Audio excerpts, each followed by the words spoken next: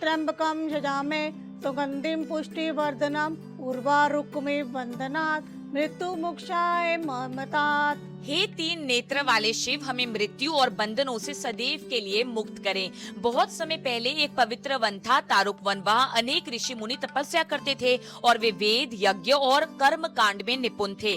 लेकिन धीरे धीरे मानो उनमें अहंकार आ गया। उन्हें लगा कि हमारी शक्ति और यज्ञ ही सबसे श्रेष्ठ है, किसी और देवता की संसार में जरूरत ही नहीं है।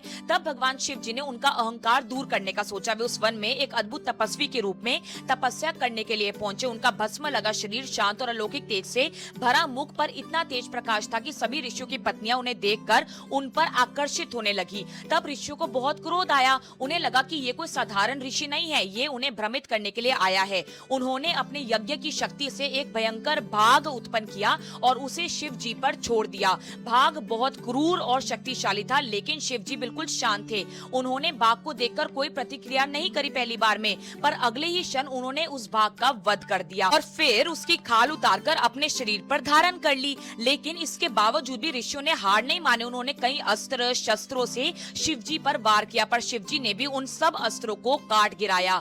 तब उन ऋषियों को समझ में आ गया कि ये कोई साधारण योगी नहीं है।